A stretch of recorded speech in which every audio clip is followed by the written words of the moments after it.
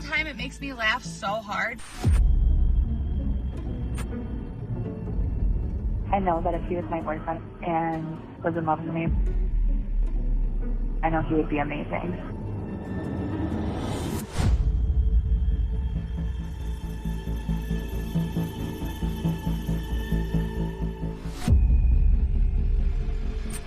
I cannot wait to see him.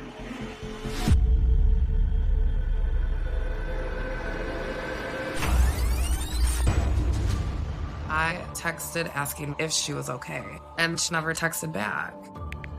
I asked her friends, acquaintances, anybody, if you have seen her, contact me. By 7 o'clock in the morning, I'm in full mode panic. And then I told her, we need to go to Grand Rapids. It was like time stood still. We knew something was wrong. That's when I see blood. I'd yell at my girlfriend, call the cops, call the cops. I opened the bag, and there were human limbs inside that bag. I remember thinking, what kind of animal does this to a person? Autumn 2018, Kalamazoo, Michigan. 31-year-old Ashley Young is pursuing her dream of becoming a language interpreter.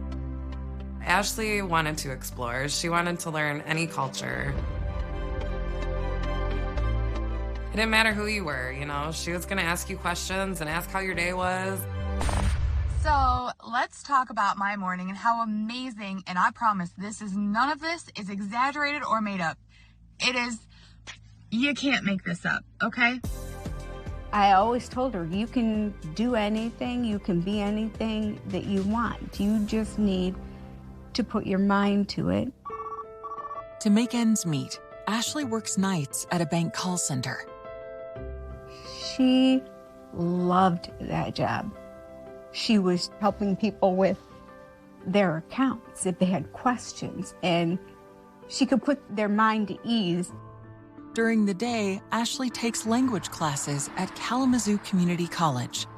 So anyways, have a good day. I really am gonna go get ready for class now, and sorry for talking a lot, but that's just me. Ashley was positive, always positive. We called her Sunshine. Today was a sucky day, but at the same time, it makes me laugh so hard. Ashley was always on social media. She was the light, the conscience you never knew you really needed. And the times that you were frustrated, she put it in perspective for you. Like, you know, you could have it worse. I hope I at least made you smile and made you realize that, you know, your day is probably going a hell of a lot better than mine. I met Christine in 2002.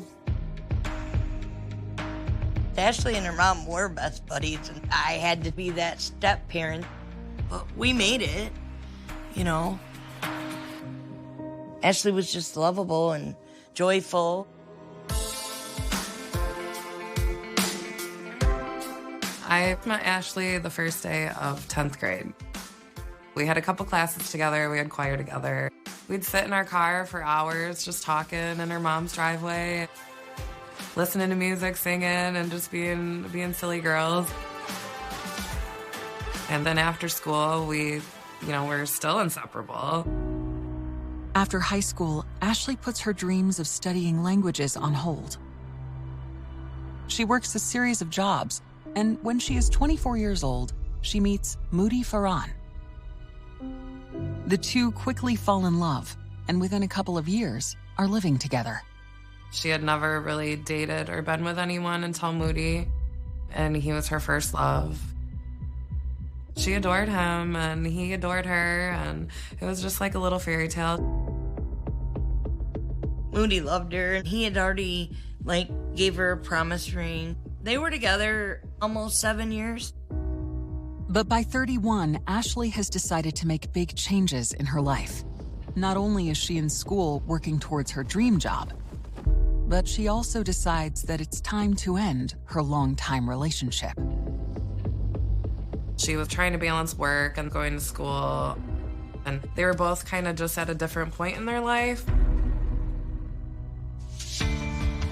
After the breakup, on November 10th, 2018, she surprises her best friend Samantha with a trip to Detroit.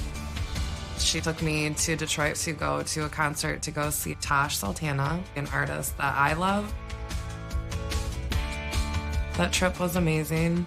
This is Facebook Live, by the way. Oh, wonderful. Oh, you look so pretty. After our concert, we just talked about life, just talked about where we were both at that time, about her and Moody and about how she was going to be moving out. She was nervous, but it gave her something to look forward to. When she brought me home, I didn't know that was going to be the last time I ever saw her.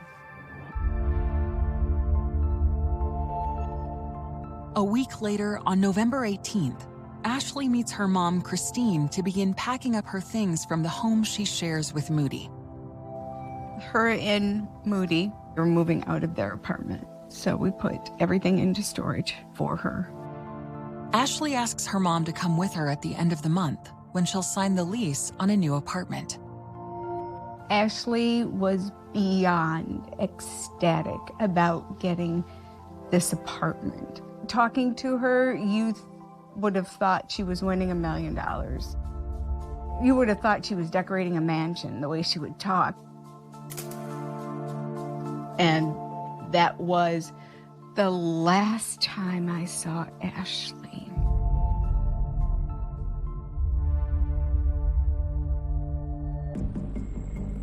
On Wednesday, November 28th, the night before Ashley is scheduled to sign her lease, she goes out for the evening. Ashley checks in with her mom, but does not say where she is headed or who she is meeting. The last time I got a message from Ashley was at 5:55. And she said that she was almost to her destination. That's not Ashley. Ashley would say, I'm at Walmart or... Yeah, wherever she was, but she said destination.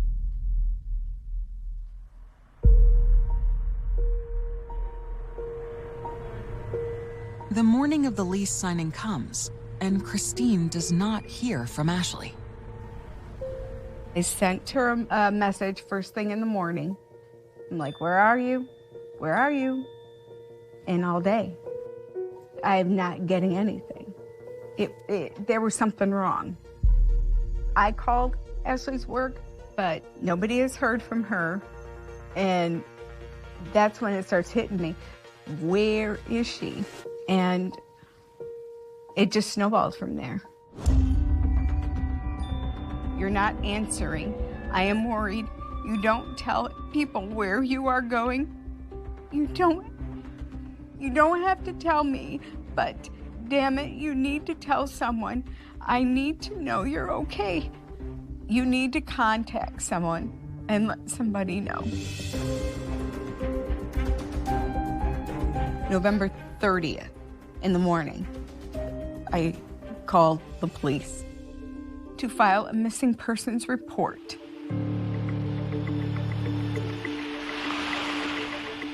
Officers talked to some people that were close to Ashley to see if they knew where she was or could account for her whereabouts, and they could not. When we get a missing person report and the person happens to be 31 years old, that could mean a number of things. Maybe the person doesn't want to be found or is just away with friends and having a good time. So it's generally not assigned to a full-blown investigation at that point. But Ashley's loved ones have a sinking feeling something is wrong. And they know that this is all happening in the wake of a big breakup. When she broke up with Moody, I think, Moody didn't really want it. When somebody goes missing, especially young women, a partner or a potential partner, somebody that they know and that they trust or that they're potentially intimate with, tends to be the person that might harm them. As the day goes on and you're not hearing anything, panic starts to set in. So I called Moody And I asked him, where is she? Investigators catch a glimpse of Ashley's final moments. You can see him kind of turn around, he's pointing at something, he's talking to somebody, and then eventually Ashley joins him. And race to determine who she was with. He seemed to be a person prone to violence and unpredictable. Before the unthinkable happens. I tell the dispatcher, I need officers fast. I see a lot of death. This one stands out in my career as a horrific scene.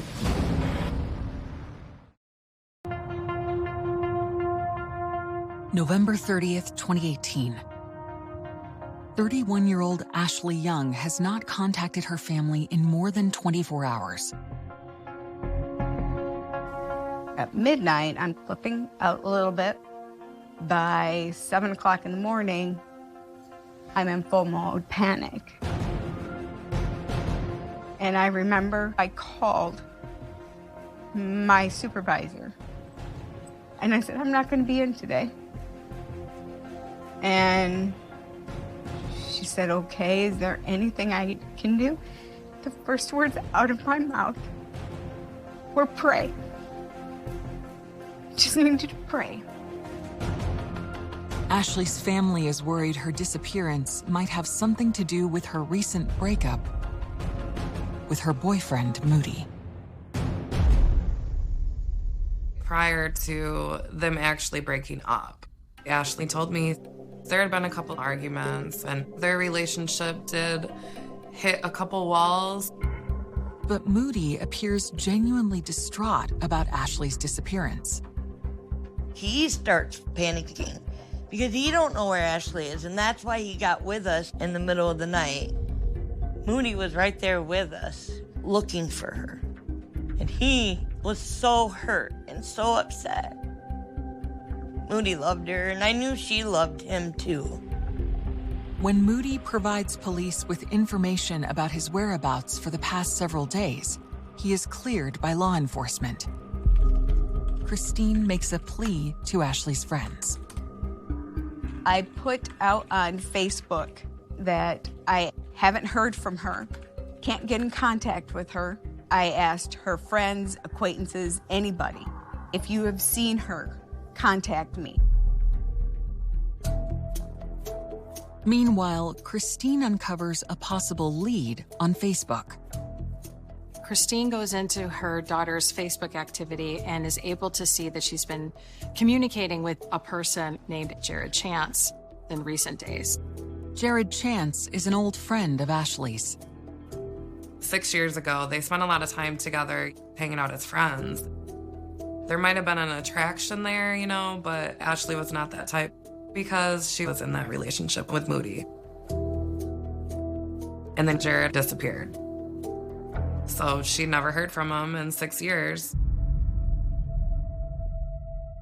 During our trip to Detroit to go to the concert, she had said that he was really reaching out. They started talking more and more, and then Jared called her because he needed a ride home. And so she went and helped him.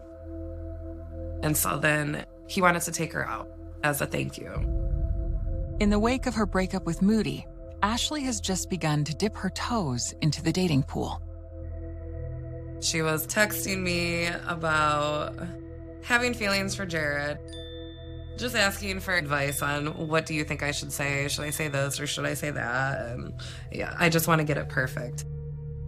Ashley leaves another friend a voicemail expressing her excitement about Jared. Jared is so hard to read, but I know that if he was my boyfriend and he actually was in love with me, I know he would be amazing. I cannot wait to see him on Wednesday. Wednesday, November 28th, the night Ashley vanished.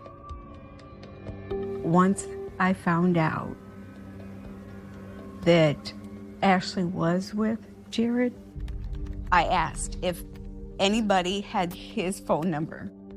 One of Ashley's friends does. So Christine calls Jared to see if he can help. She asks him, do you know where my daughter is? Do you have any information? And he said that they were actually together the previous night, but that she went home and that he has no idea what happened to her. Jared said that Ashley and him had been to Mulligan's Bar in Easttown, Grand Rapids. And then I told Christine, we need to go to Grand Rapids. We need to go see where she was, follow her footsteps. Grand Rapids is about an hour north of Kalamazoo, where Ashley lives. Grand Rapids is a college town. It's a huge city. It's the second largest city in the state of Michigan. Ashley's moms arrive at Mulligan's on November 30th. So I talked with the bartender at Mulligan's, and we were able to go look at the security footage. You could see Jared and Ashley wandering around the bar. She ordered a drink. She's smiling, she's laughing. She's being Ashley. I wanted to pull her off the screen and take her home. But the footage doesn't show her leaving the bar. Despair and desperation start sinking in for Ashley's loved ones.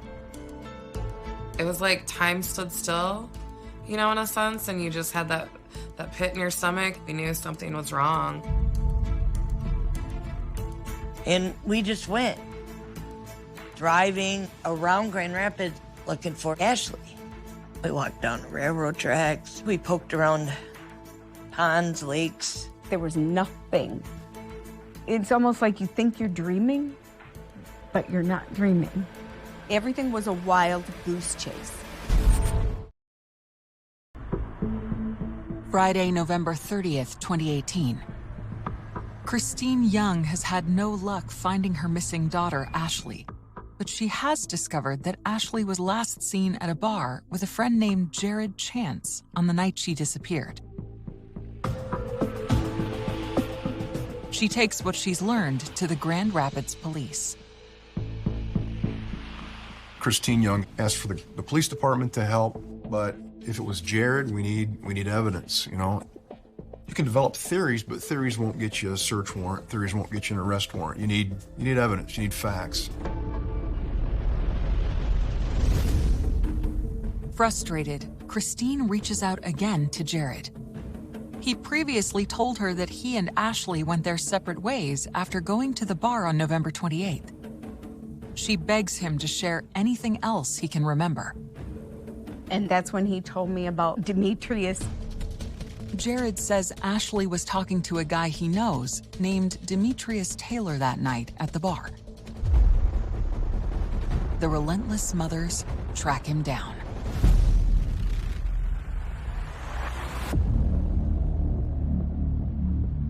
When we got there, he's like, I don't know Ashley. I don't know your daughter at all. And he opened up his phone and showed the text messages where Jared said, hey, Ashley's mom's gonna call you, and you have to say that Ashley was just with you, and you guys were just together. And Christine was reading it, and she's like, no. Demetrius said, you can copy it, give it to the police, whatever you need to do. Even though we didn't know him, we kind of hit it off. And because he was compassionate and was understanding what Christine was going through, and he said, he has kids, he understands. After that point, I think everybody kind of knew that we just didn't get the whole story from Jared. It just became more and more plain that Jared was trying to stall. I had always told her that I didn't think that he was good for her. I didn't think that he necessarily had the best intentions for her, or that he knew how to be a good man. Christine and Dana decide to head to Jared's apartment to confront him face to face. That same afternoon, a resident of downtown Grand Rapids makes a shocking discovery. I was living in Grand Rapids on Franklin Street. 2 apartments downstairs, single father, custody of my 12-year-old daughter. My girlfriend had been complaining about a bad smell in the apartment for, about a day and a half. And me, I'm thinking, it's dead mice in the walls or something. But the smell was definitely strong. My cat runs in the basement. So I had to go to retrieve my cat. So I opened the door so the light from the day could shine down into the basement so I could see.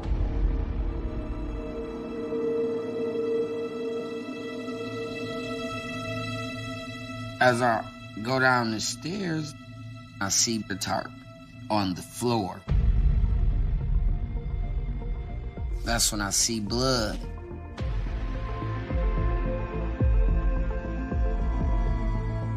I make it to the top of the stairs at full speed. I'd yell at my girlfriend, call the cops, call the cops. I've been having a real bad smell lately. So I just went in the basement, opened the basement door, and there's a tarp, and what looks like it could be blood leaking from it. And I want the police to come here ASAP right now and look at it. Alright, so it's the lower of the level apartment? Yes. I'm not the smartest man in the world, but there's blood, there's trouble. I'm thinking I'm a father. Like, I have a daughter at home. Like, I need officers fast. Please send somebody right now, because I don't know what it is, but it looks like blood is leaking from it, and I'm not going to touch the tarp or anything like that.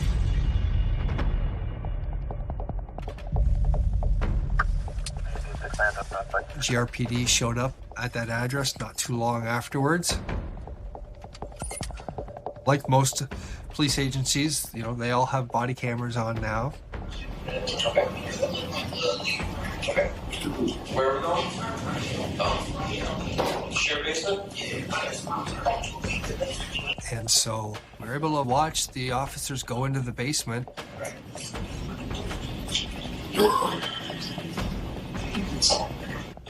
And it's like watching a horror movie, because they're going through this darkened basement that's lit by flashlights.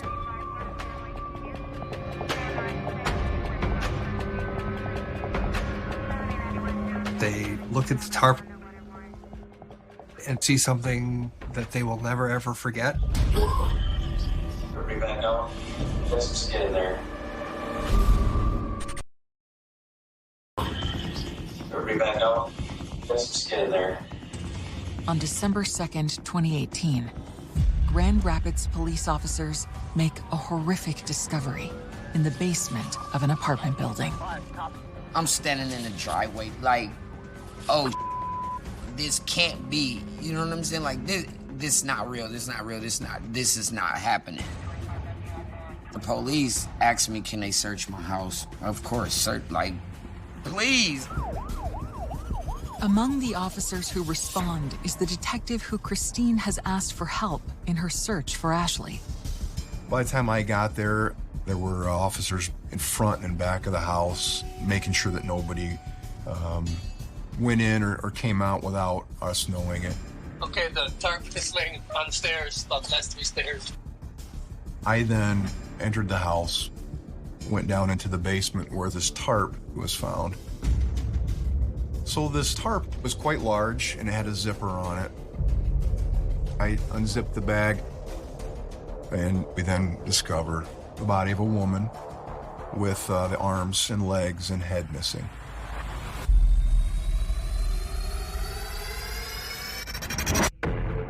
I remember thinking, who are we dealing with here? What kind of animal does this to a person? Police have now discovered this horrendous scene, and they know that they have a body, but all of the identifying features have been removed, so they don't know who is dead and they don't know who potentially killed them. There's multiple occupants in this multi-dwelling residence. Police on the third floor! Come to the door! Who do you think they found living in the upstairs apartment? What's your name? What's your last name? Your chance?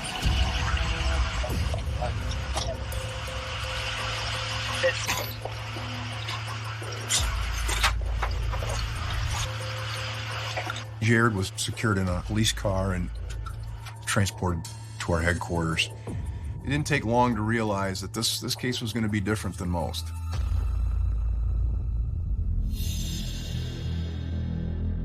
I see a lot of death, all methods, and this one, it stands out in my career as a horrific scene. I went up the stairs looking for the rest of the body. When I entered the second-level apartment, there was a large brown stain on the kitchen floor.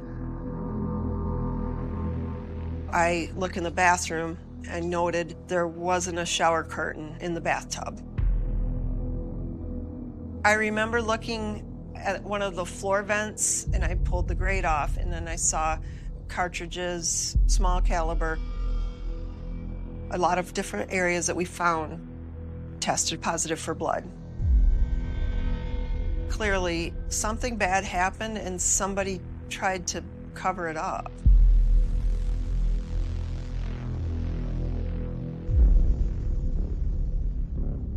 As we made our way out of the apartment, back to the stairwell, we found a box about midway on the landing. So I start to open the box, and I see a black trash bag. I opened the bag, and there were human limbs inside that bag. There are 2 legs, and there are 2 arms, and there are no hands, and there are no feet.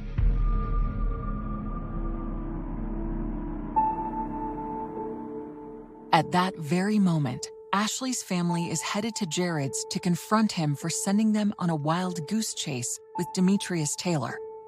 They have no idea that it is now a crime scene. We pulled up at 6 o'clock, and the yellow tape was around Jared's house. I was screaming at the officer that was stopping us from going any further. And I'm telling him, my stepdaughter's up there. My stepdaughter was with Jared. And he said, ma'am, I can't tell you anything. And I said, well, her mom's right over there. And the only thing he could say is, go tell mom not to leave. And I'm like, no. It can't be. It's not Ashley. It's not. I didn't want to believe it. The police explained that they were doing DNA because it was that bad. They couldn't recognize her. Without the confirmation from DNA, we certainly couldn't say these remains belong to Ashley. But it was pretty clear to everybody involved that the remains were very likely to be, unfortunately, Ashley's. I just have to prove it. Police now have the one person who can explain the gruesome scene in their custody. So Jared was kept in our county jail, but the investigation doesn't stop.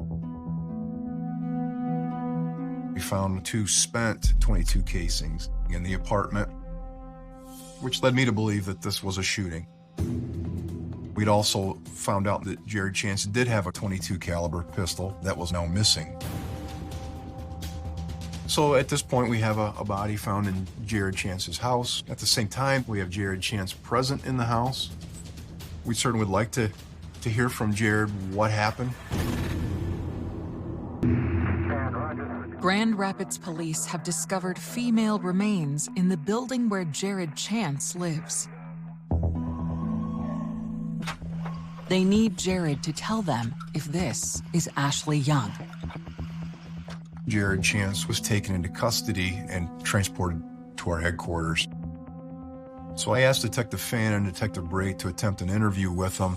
Can you hang tight just for a sec? We'll get your cuffs off, okay? All right. Want me to take them off, the cuffs? Or? Yeah, you gonna be decent with us? All right. Initially, Jared was somewhat talkative. You gotta stay busy, don't you? Huh? You gotta stay busy, don't you? Pretty much. He wasn't rude. Almost seemed like it was just another day. Didn't really ask why he was there. Hi, Jared. My dad just recommended me to just ask for the advice of attorney, and because I don't really know what the hell's going on, so I don't want to sit here and talk about that may incriminate me or whatever in any kind of way, because I don't know what's going on. So I just don't want to say nothing right now. He exercised his right to counsel at that point and didn't tell us anything. So on the evening of December 2nd, Jared is charged with the mutilation of a body and concealing a crime. Our next step in our investigation is to utilize, every avenue we have for a timeline. We had phone records, placing them together, 28th into the 29th, and then seems the activity stopped, and her phone, in essence, just disappeared. But Ashley had been seen at a pub with Jared Chance here in the city. By the time we found out that they were at Mulligan's, that video is gone. Local businesses don't keep all their video forever, but because of Christine's doggedness, she had already seen the video. Hoping for additional evidence to solidify the case against Jared, investigators comb through more footage from businesses near Mulligan's. So we did obtain video from a local business called the Pita House. And it's dated November 29th, and it's approximately 1:30 in the morning. It shows Jared walking in front of the business. There he goes right now, just kind of strolling along. And then, a few seconds later, that's Ashley there. And once again, we see Jared walk into screen, and then eventually Ashley joins him. We know clearly from the video that Ashley is still alive on the early morning hours of the 29th. It was crucial in trying to pinpoint what her final moments were. We also found really crucial video at a party store, Miss Tracy's, which was in essence right across the street from Jared's house. Inside the store, we see Jared Chance purchasing alcohol and ammonia, a cleaning product. We suspected that some extensive cleaning had been attempted in the apartment, and then we just so happened to have Jared buying cleaning supplies that day. And then on one of the videos, we see that he's approaching, and we see him put something into the garbage bin right outside the front of the business. And of course, that's of interest to us. And that led us to then the dumpster behind the party store, which happened to have Ashley's purse in it.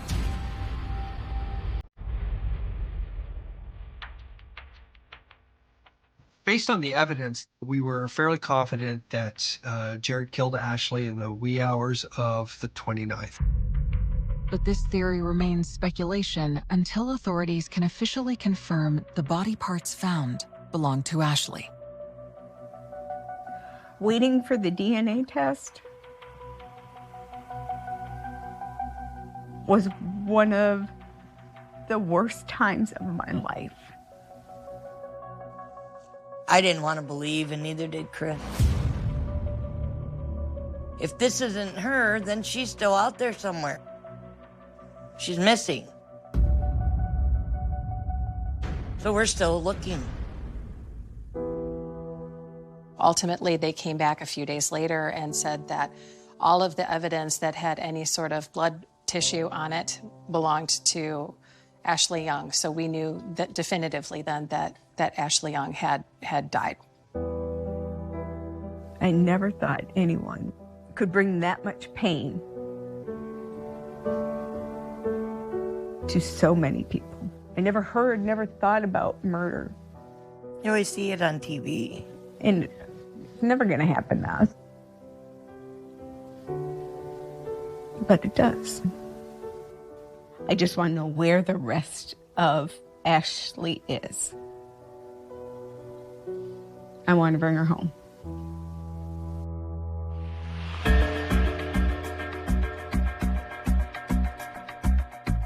Investigators are also determined to find the rest of Ashley's body to help them build a stronger case against Jared.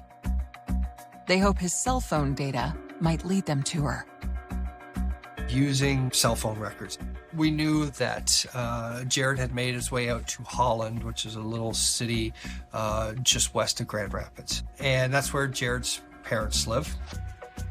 Our interest in the parents was they were with Jared on the same day that we made the discovery of the body.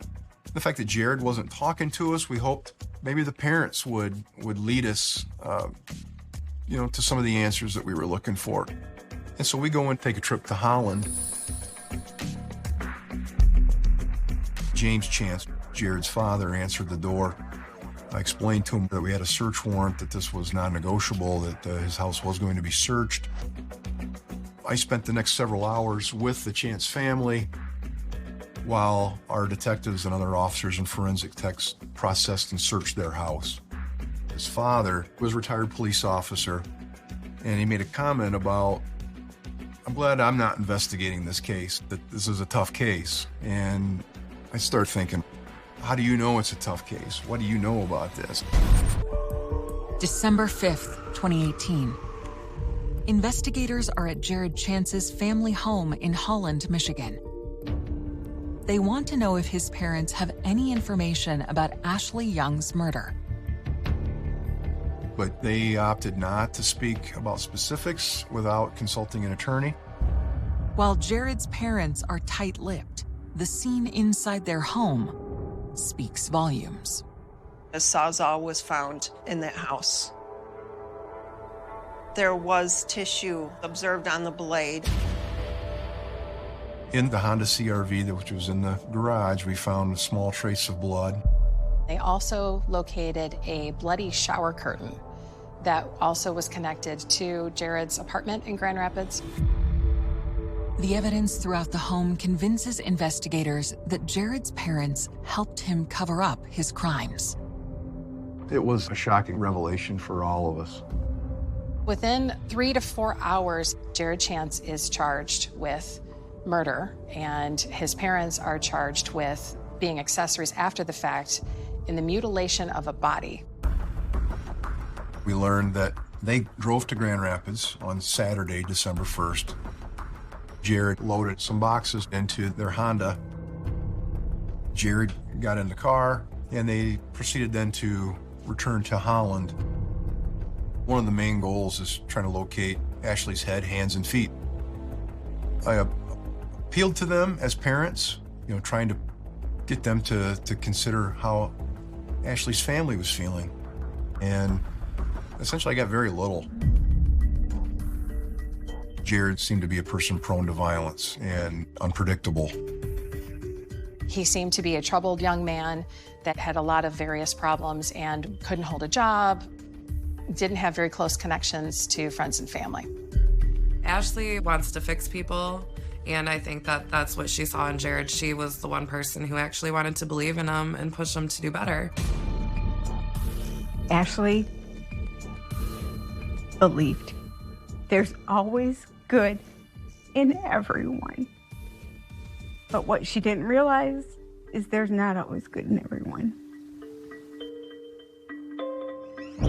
What changed? What flipped? From the minute that they were at that bar and having the night that they had to what he did to her in a basement.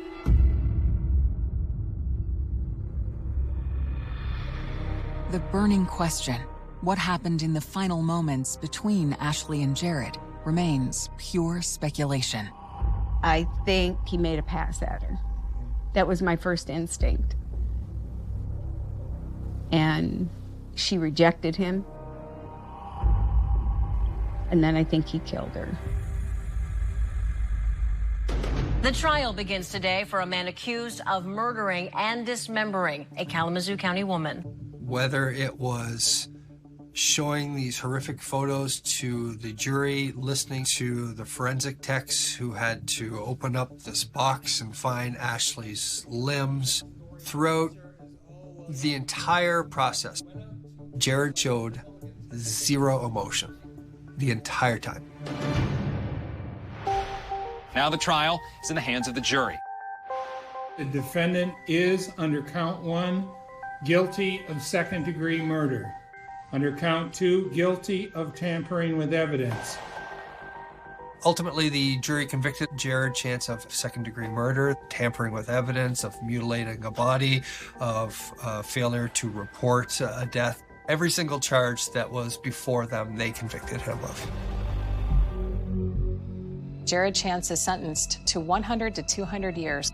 When the sentencing was handed down, her mother got in front of this entire courtroom. I cry 7 days a week. 7! Jared Chance, I hate you. I want to rip you limb from limb. Jared's parents now must face justice. Barbara Chance decides to take a plea, and she actually only serves 45 days in jail. But the father, James, decides to take it to trial.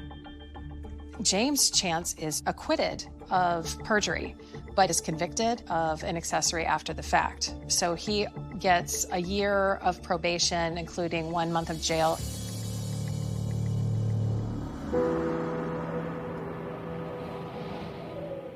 If they would tell us where the rest of Ashley is, we could bring her home. They owe that to her family. They owe that to her friends. Unfortunately, I don't believe that they ever will. I don't think they'll give us that. So anyways, have a good day. I really am going to go get ready for class now, and sorry for talking a lot, but that's just me. If you were lucky enough to have Ashley in your life, and she considered you a friend, you know the loss. You know what you lost.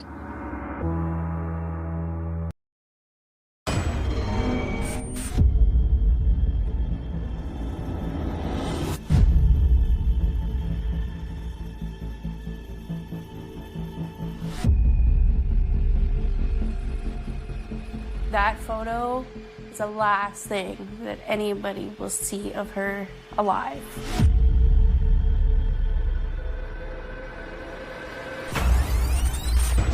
I started getting these texts. Have you seen this? A police scanner had lit up. They were talking about a girl who was found on Valley Road. Her marks on the throat, the bruising, they were consistent with homicide. Without a confession, the investigation could go on for months, even years. When the case broke, it broke big and fast. When the story starts to change, that's a pretty good indicator that someone's lying. Here's your key piece of evidence, and it's in a picture on Facebook. I was in shock. Like, where did this plot twist come from?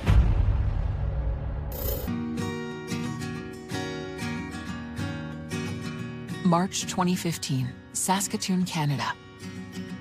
A picturesque town straddling the Saskatchewan River. 18-year-old Britney Gargol is a senior in high school with a bright future. I met Britney in 8th grade.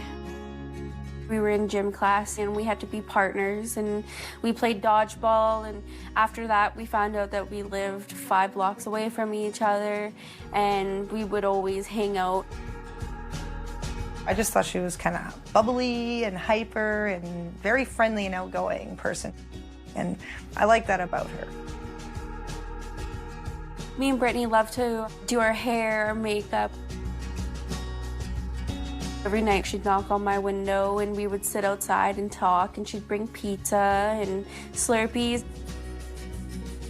She treated me like a sister. If I didn't have money for anything, she would hand it to me. If she didn't have anything, I'd give it to her. She was just somebody to lean on. Britney also impresses her friends with an unusual level of responsibility for her age. She was 17, she was working full-time, she was going to school full-time, and she had goals. She was definitely driven to get what she wanted. She wanted to build and own her own hotels. I knew right away that this girl was going to go places and do things.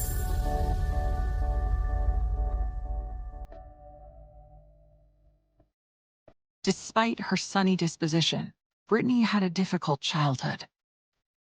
Her mother struggles with addiction, and she grew up not knowing her father. Britney, growing up, she lived with her grandma. She was such a kind lady, made sure she always had what she needed. She definitely wanted a relationship with her mother, but she understood that there was circumstances that she couldn't change. Britney, she was doing really good, had her job, and doing everything that she needed to do. She seemed really great, and that she was doing great in life. On March 24th, 2015, just months before graduation, Britney makes plans to go out with 18-year-old Cheyenne Antoine, a good friend she's known since 9th grade. Cheyenne, she just seemed like a quiet, nice girl when I did meet her. They would go for walks and hang out outside. Britney and Cheyenne had developed a close bond because they both had difficult childhoods. Cheyenne had this history where her folks had died. She was raised in the foster care system and then suffered sexual abuse.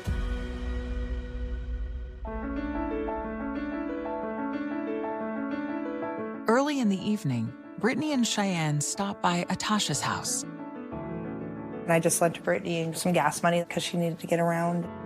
And then I told her to be careful, you know, if you need me, call me and I'll come pick you up or whatever. And she gave me a hug and that was it. That was my last interaction with her. Just after midnight, Britney posts a selfie on social media with Cheyenne. They're at her grandma's house getting ready and dressed up for their evening out. Britney was just, you know, I think she was just happy to get out and hang out with her friend. And Cheyenne looks like she's just ready to go party, and Britney just looks so relaxed and just ready for whatever life is bringing her.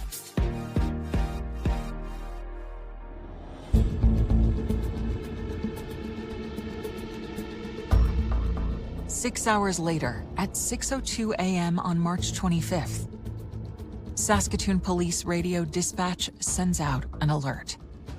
That particular morning, I was already out at the scene of a shooting, and the police scanner lit up.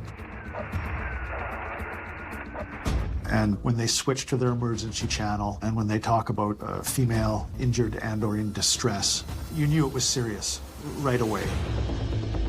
At that point, I bailed out of the scene I was at and drove out to that area. I had to go see with my own eyes while it was still a fresh scene. A motorist spotted a young woman lying on the side of the road in a remote area near the Saskatoon landfill. Initially, on an outdoor crime scene like that, you need to protect the scene as best you can to preserve evidence as soon as you get there. The victim appears to be in her late teens or early 20s, has no shoes on, and her body is cold to the touch. By the time I'd gone out there, they were hidden already. I could only get to within about 100 meters of where the body was. Paramedics try to resuscitate the unidentified victim and rush her to the hospital. But she's pronounced dead on arrival.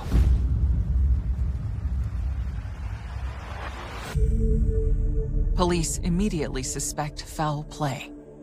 The signs that she was the victim of a homicide were pretty obvious. The marks on the throat, the bruising, and all the injuries that were consistent with homicide.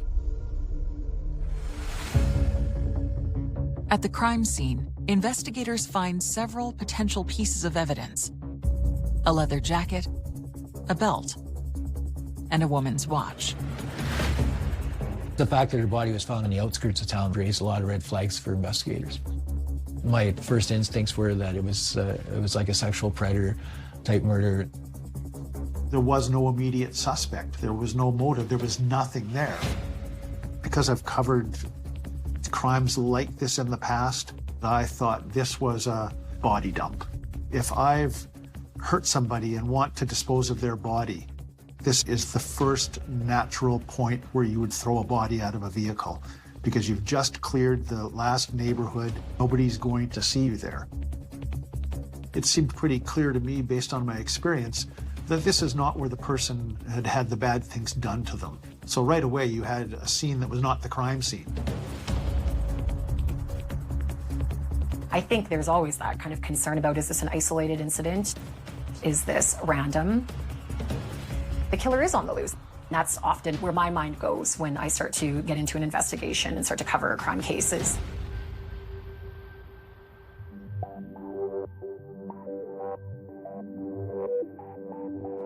Hoping to identify the victim or get leads to the killer, investigators release photos of the items found at the scene.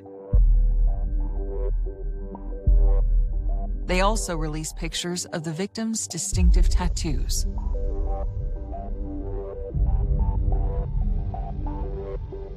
I think I turned the TV on around 7:30, and I turned on the news. They were talking about a girl who was found on Valley Road, and I was like, wow, that's just right down the street from where I live. And they said that they're still trying to identify her. I started getting these texts, have you seen this? And then I looked and I'm like, there was the jacket, the tattoo, the line, the 2 stars. And I'm like, oh my God, that's Britney. My heart sunk.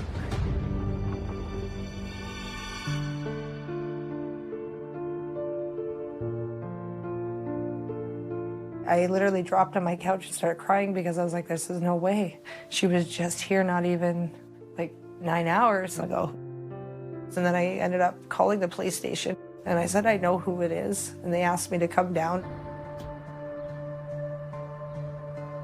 I went down to the police station right away and did a statement, and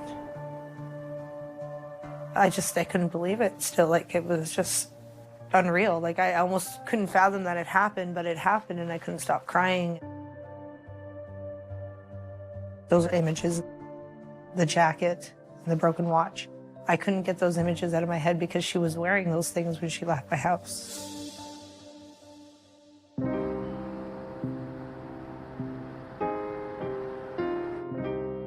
So they had the identification fairly quickly, but that's all they had. Like, why? That was the last night of her life. That photo is the last thing that anybody will see of her alive. Investigators key in on an unusual murder weapon. That belt may well have made the marks on her throat that caused her death. And focus on an unlikely suspect. I was shocked because of who it was. Regardless of how improbable or salacious a story, they have to take it apart. And that's why a lot of us started thinking, maybe, this is going to be one of those unsolved mysteries.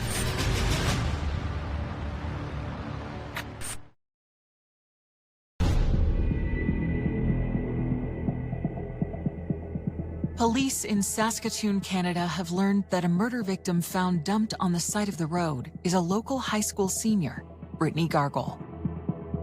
This was a young woman who didn't fit the image of someone you would expect to find dead on the edge of town. She wasn't living on the street. She had stuff together. She had jobs. She had a family. She had all of those things.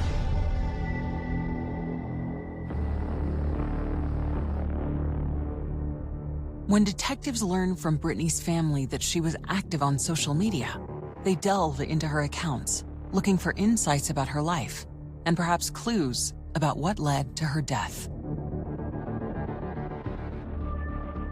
The police found the photo of Cheyenne and Britney together, the selfie on the Facebook page.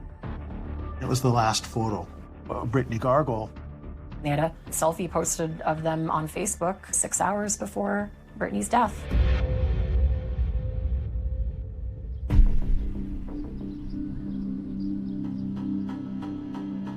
Detectives also discover a heartbreaking Facebook post by Cheyenne, made hours after Britney's body was found. She was posting on Britney's Facebook wall, "Where are you? Haven't heard from you. Hope you made it home safe." Police want to talk with Cheyenne to learn what she can tell them about Britney's activities on the night before her body was discovered. They don't have to look far. Prompted by all the news stories about the murder, Cheyenne comes to them. Cheyenne Antoine called police, and she told them what had happened the night before. And she basically said that she was with Britney, it was a party night, they went to a few bars. So there's a timeline starting to be created leading up to when Britney's body was found. Cheyenne tells police that on March 24th, around midnight, she started partying at Manchester's pub.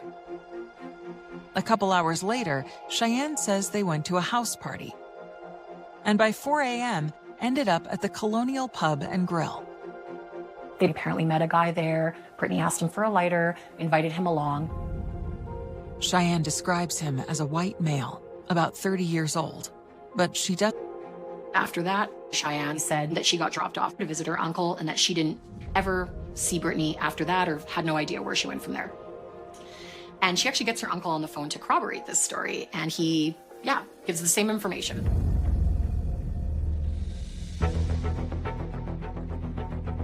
As investigators begin trying to identify the mystery man Cheyenne says she last saw Britney with, on March 26th, the day after Britney was found by the side of the road, the results of her autopsy come in.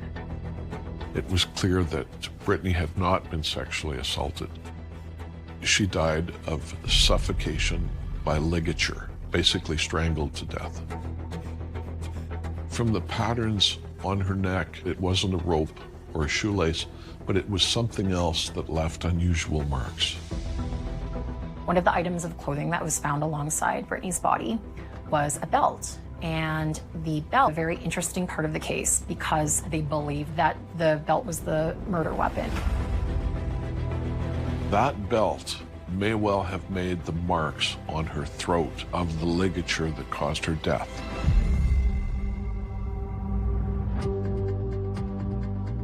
Britney's family doesn't recognize the belt as belonging to her. Detectives send all of the items found near Britney's body to the crime lab for DNA testing. When the results of the DNA tests come in, they show traces of Britney's DNA on the belt, along with one other unidentified individual.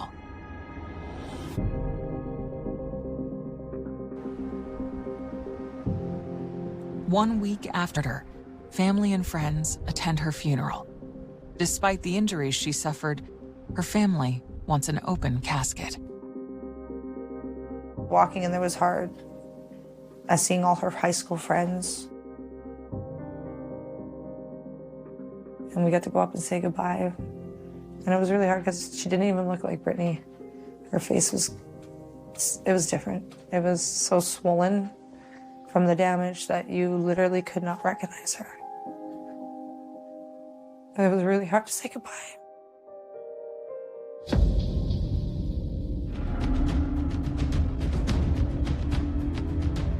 As Britney's friends mourn, detectives continue to follow up on the information provided by Britney's friend Cheyenne. They visit the bars she says the pair went to, hoping surveillance video of the man Cheyenne says she saw with Britney. Everything you do is on camera now. And it's such a big part of homicide investigations now. The bars do have security systems. And the footage confirms that the girls pulled into the parking lot at the first bar, Manchester's Pub, at midnight, just as Cheyenne reported. Then, investigators move on to the final bar Cheyenne says they visited that night. Cheyenne told the police that Britney left in the early morning hours with a male individual from the Colonial Pub and Grill.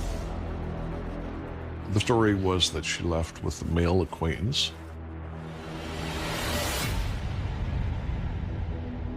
The police, of course, checked the surveillance videos from those two pubs. But when police scour the video from the Colonial, it tells a very different story from the one they heard from Cheyenne. They don't see any sign of Cheyenne and Britney. When Cheyenne said they were at the Colonial Pub and Grill and that Britney left with another male, police knew that wasn't true when they watched the surveillance videos, and that simply did not happen. They were not there.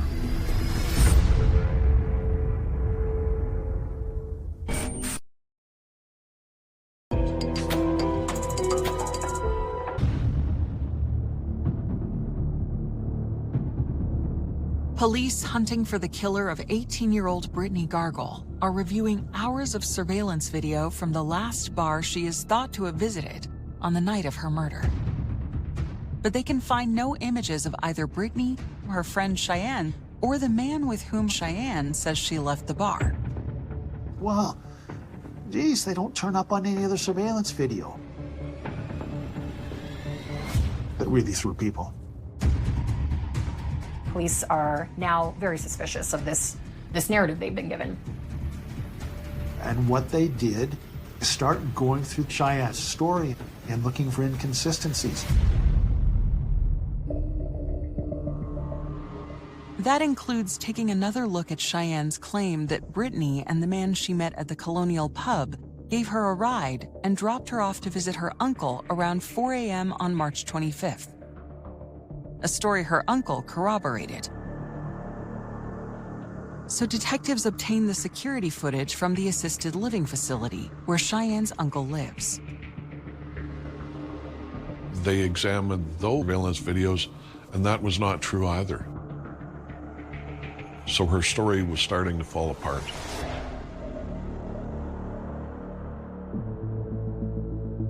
So then they go talk to her uncle. And he cracks.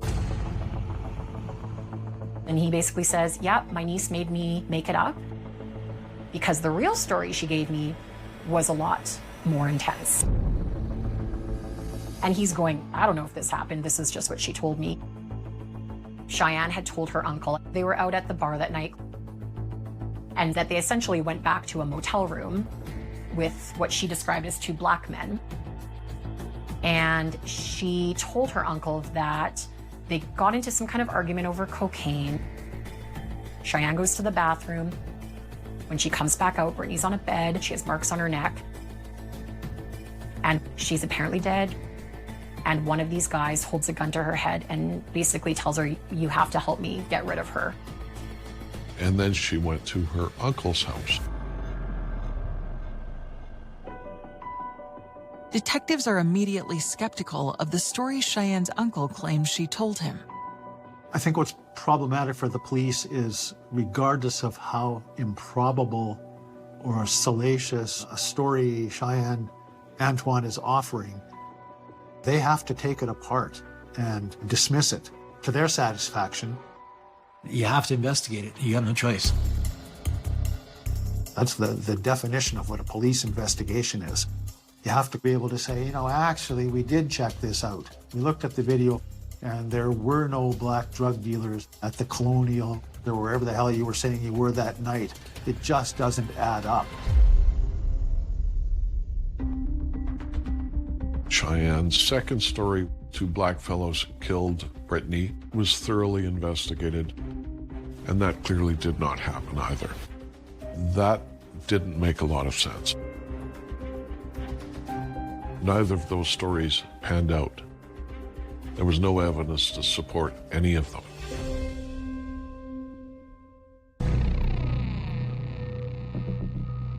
Cheyenne's inconsistencies and outright lies earn her another interrogation.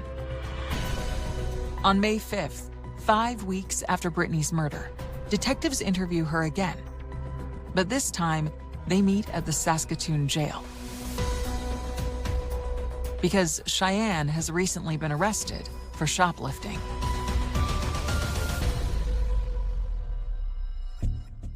She was not willing to share anything with the police. She wouldn't talk about that evening at all. That made it difficult. But with her various stories, and her various stories not checking out, it became obvious that she was a suspect.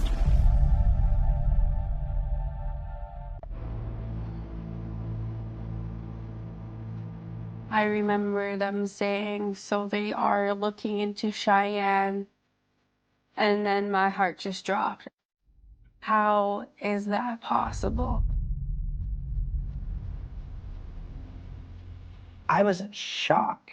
And I just looked at my partner, and my partner looked at me, and we both were like, she was in our home a couple times. Like, what happened? Where did this plot twist come from?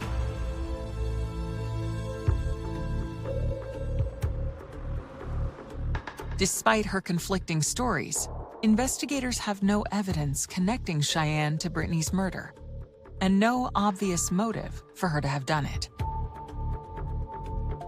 Even though you strongly suspect a person of the crime, you have to keep a clear mind and not get so laser focused on the person telling the falsehoods that you get basically tunnel vision and you miss a possible suspect.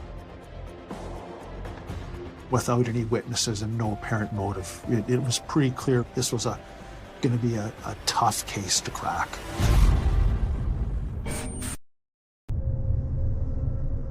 2 months after Britney Gargol's murder, police have identified her friend Cheyenne Antoine as a suspect, based on the misinformation Cheyenne has told them about the last night of Britney's life. But they have no evidence yet to support those suspicions.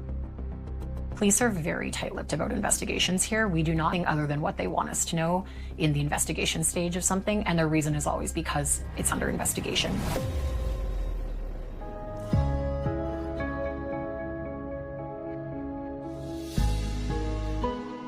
Everybody was getting very upset. They couldn't understand, why is this taking so long?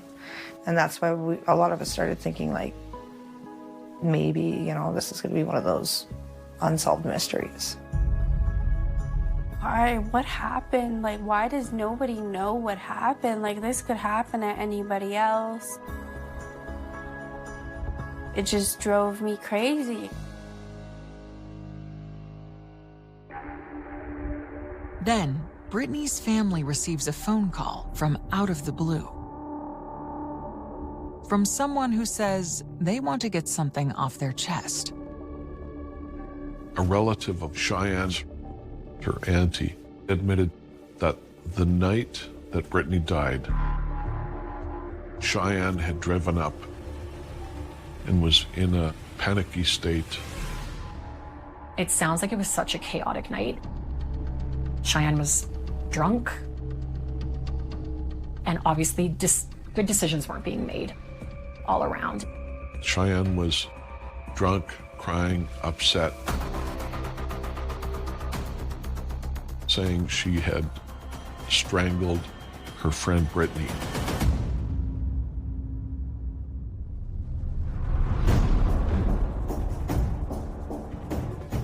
Britney's family immediately reports the call to the police, and investigators quickly track down Cheyenne's aunt. She confirms the story and breaks open the case. And that was one of the big leads that police had been missing. The aunt's damning story convinces investigators that they finally found Britney's killer. But there still isn't solid enough evidence for an arrest. Anything the aunt said would have to be solidified by evidence. With no physical proof that Cheyenne killed her friend, police are now hoping for a direct confession. But even when confronted with her aunt's story, Cheyenne continues to deny that she had anything to do with Britney's death. It was really frustrating. Without a confession from the suspect, an investigation could go on for months, even years. The fact that Cheyenne wouldn't give a statement to the police made it difficult. She wouldn't talk about that evening at all, other than the lies that we know that she told the police. Under Canadian law, detectives need stronger evidence than the aunt's story to obtain a warrant for Cheyenne's arrest. or even a DNA test. On how long it took, it felt ridiculous. But I understand at the same time, these are not things you find out overnight, and it takes quite a long time.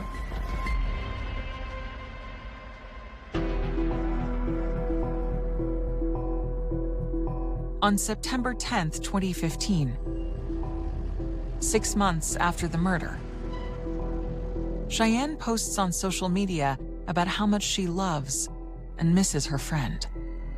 It presents like somebody who's really genuine and worried about their friend. She posted that long paragraph about, I hope whoever he is, he's found.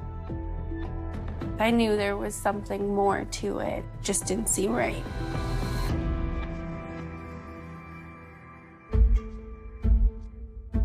Cheyenne's Facebook comment pours salt in the wounds of Britney's loved ones, and it also adds to law enforcement's suspicions of her. It just must have been maddening for them, because they would know. We've got so much, but we don't have it all.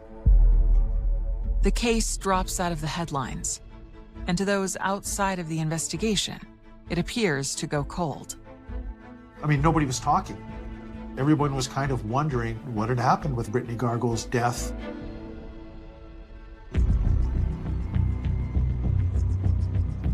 The Saskatoon police kept a pretty close eye on Cheyenne. They knew where she was, they knew what she was doing. The police are very diligent investigating serious crime like this. They just don't stop.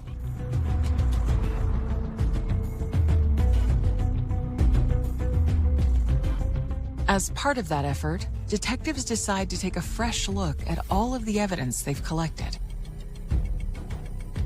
And they discover detail in their files that they now realize was previously overlooked. And that's where the selfie picture comes into play. A very, very important picture.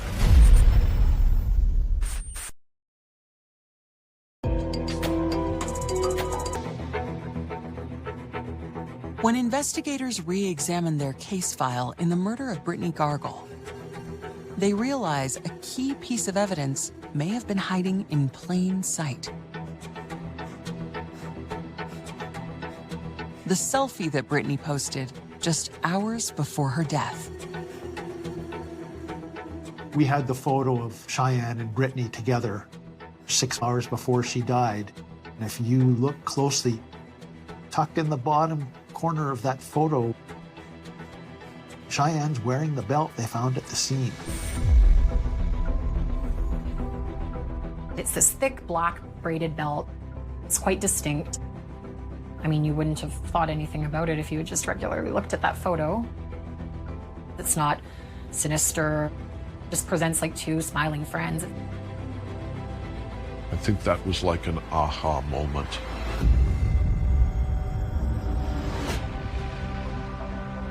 When the case broke, it broke big and fast.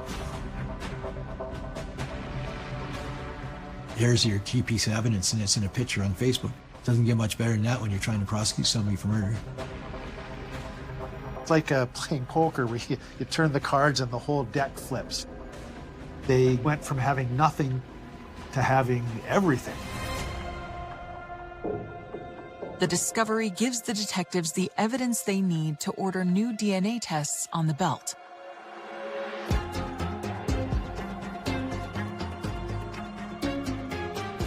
It has both the girls' DNA on it.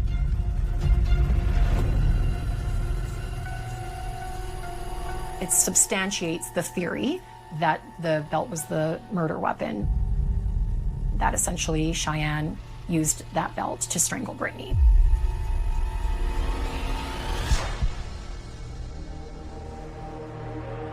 Now that they have the evidence they've been looking for, tying Cheyenne to Britney's murder, detectives bring her in for one more interview. You should always attempt to get a confession. It lets them tell what happened in their own words, even though you investigated and you have a clear picture of what happened. But Cheyenne still will not confess. In fact, she still refuses to talk at all. Cheyenne was just shutting down at that point. Maybe it was weighing on her.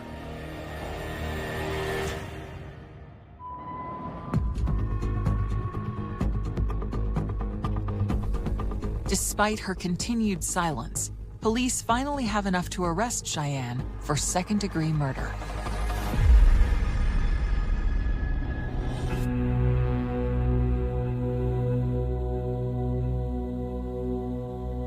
It was shock and happiness because we finally had some answers. So I was happy about the answers, but I was shocked because of who it was.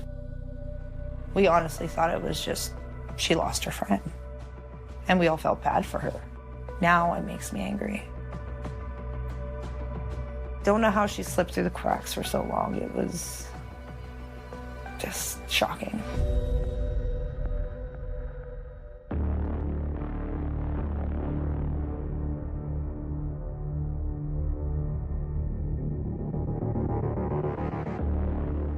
After her arrest, Cheyenne tells detectives she is finally ready to talk. She basically said it was a party night. They had gone at least to a house party that had been corroborated, and lots of drugs and alcohol were being used that night. By all accounts, both women were intoxicated. They went to a few bars. She says that her last memory is at 4:30 in the morning of being in a McDonald's, and that she remembers, she didn't really use the term getting into a fight with, but Britney getting frustrated over something. She doesn't remember what happened after that, but she couldn't deny that she was the person that killed her friend.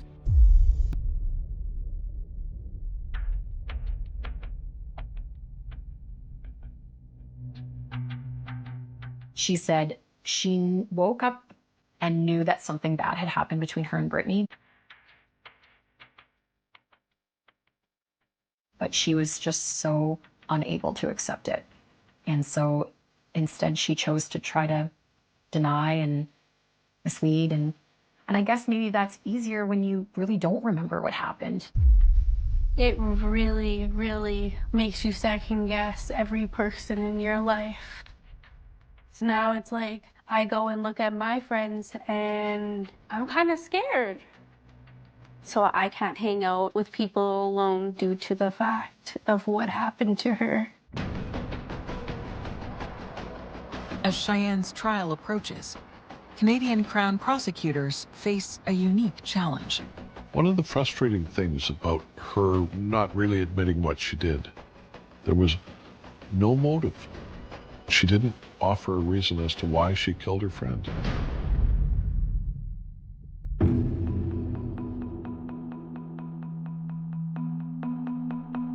It's one of those cases where we really didn't get an answer as to why this happened. And that has a lot to do with drugs. The fact that Cheyenne was so intoxicated that night that she can't remember killing someone, like, I think speaks volumes to the unanswered questions of this case. What could have made Cheyenne so angry in that moment that that's where her anger went? So all of a sudden, this notion of culpability is a little more unclear. There's no clear motive. And the Crown, by law, is obligated to go through a checklist of factors to take into account. Her family circumstances, education, addictions, poverty, all of that. Sometimes you just don't know what the motive is, and no one will ever tell you.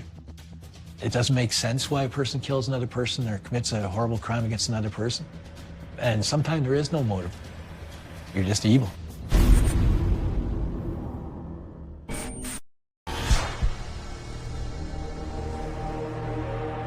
Two years after the murder of Britney Gargol, her friend Cheyenne Antoine is charged with second-degree murder. Cheyenne claims that due to the drugs and alcohol she consumed, she has no memory of the night that Britney died. As her trial approaches, prosecutors believe they can prove Cheyenne killed Britney. But to maximize her sentence, They'll also have to prove she intended to murder her. The fact that Cheyenne wouldn't admit what she did to the police made it difficult to prove criminal intent. Second-degree murder is a murder with full intent to kill. Manslaughter can have the reduced intent to kill. We accepted the plea of guilty to manslaughter on the basis that she was drunk at the time. Cheyenne Antoine is sentenced to 7 years in prison. She is eligible for release in 2024.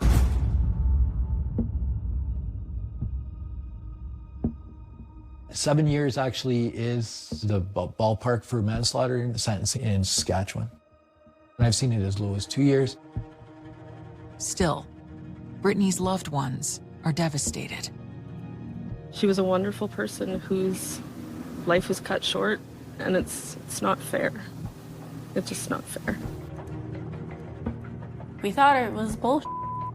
She was given so many chances.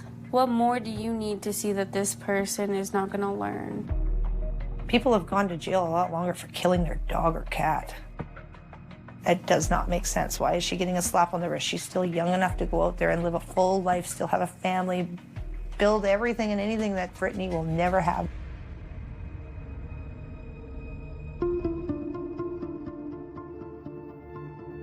Britney's friends are in disbelief that Cheyenne could forget strangling her.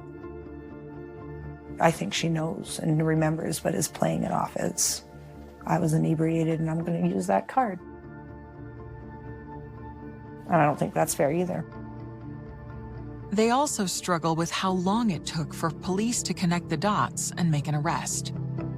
It felt ridiculous. We're not going to look at a picture and be like, oh, look, there's the murder weapon. But it was a little frustrating that the answer was right there. The existence of the photo and why it took so long to really definitively connect that to Cheyenne, I still don't really quite know. But I think the numerous attempts to mislead police certainly did not make the investigation straightforward. They would have had to follow a lot of false leads, and that takes time and resources. And I mean, we don't have a huge police service here, so it's one of those things where I think they just had to eventually get the right things to crack, and that eventually happened. The fact that it was a friend who took Britney's life is especially difficult for her loved ones. But they are determined that her memory will live on. I miss her bubbly, happy, positive personality. I miss her quite often because I see her every day.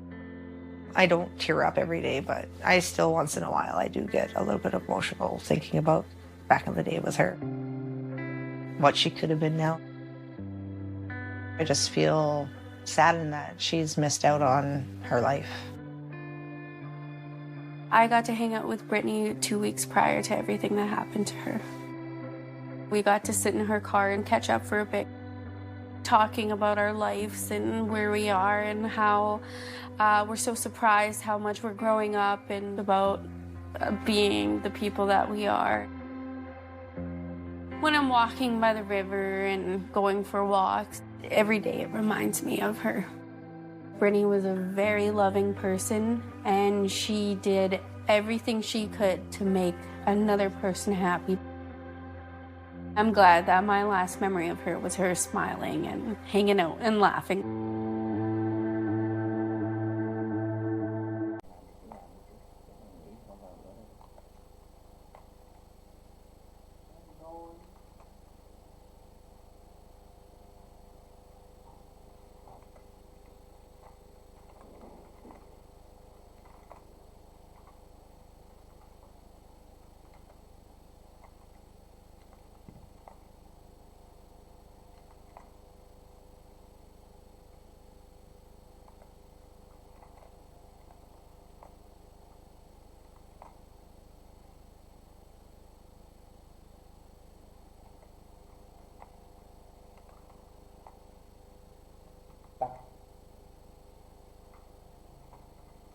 kênh NBC.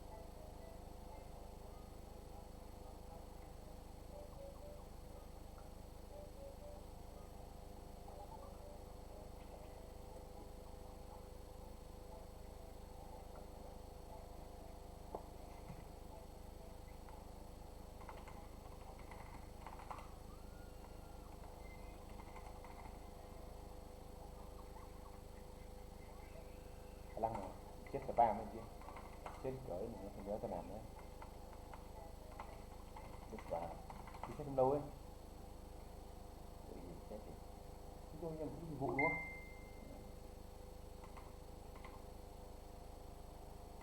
Không cứ chỉ tiền phụ, mọi người mới có chuyện liên quan. Thế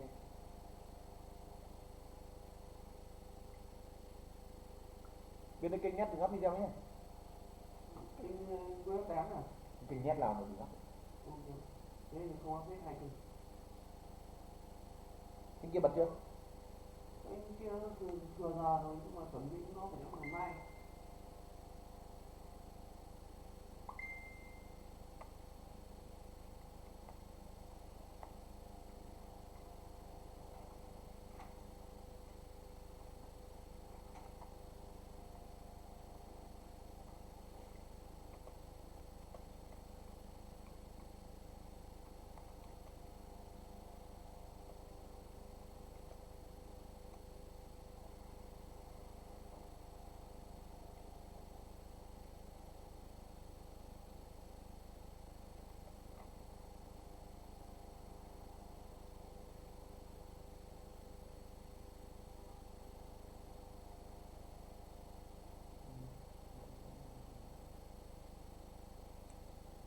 Đấy biết ngay rồi. Mình chết cho nên nó không có làm nữa. HTV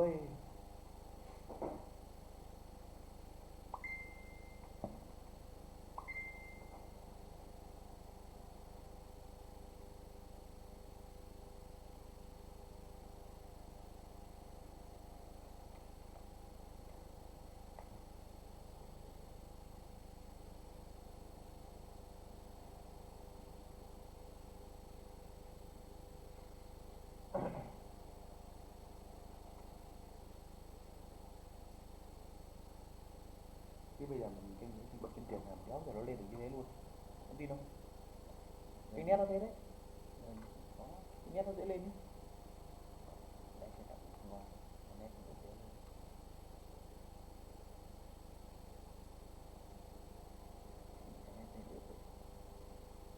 lên gãy lìn đấy rồi cho thằng đéo phải lên.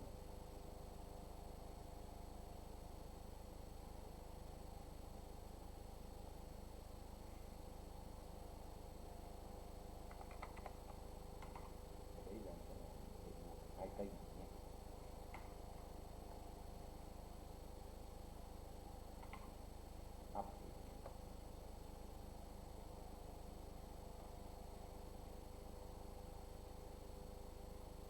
Tháng ngồi không cũng là 15.000 kênh nhé.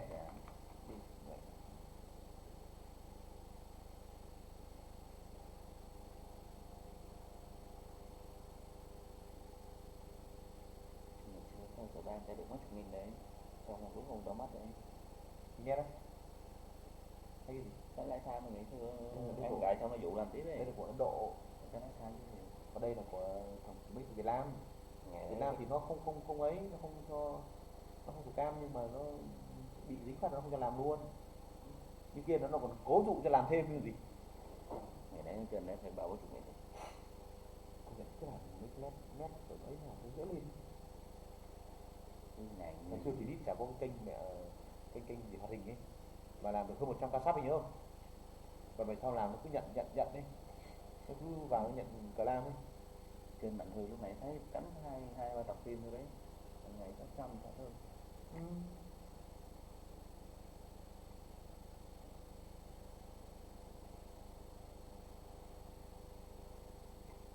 Ngày 600 tháng 35 ngày còn mơ đâu nó 18 nghìn. Ngày 600 còn 30 ngày nữa, 30 ngày sau 18 đã lùm. 2 kênh thì phải là 30 thì đúng rồi. Đang tính tháng đơn giản nét làm 5 triệu. 100 đấy là mới cắn 2 tập rồi. Chi phí của nét thì 50% mà lâu quá.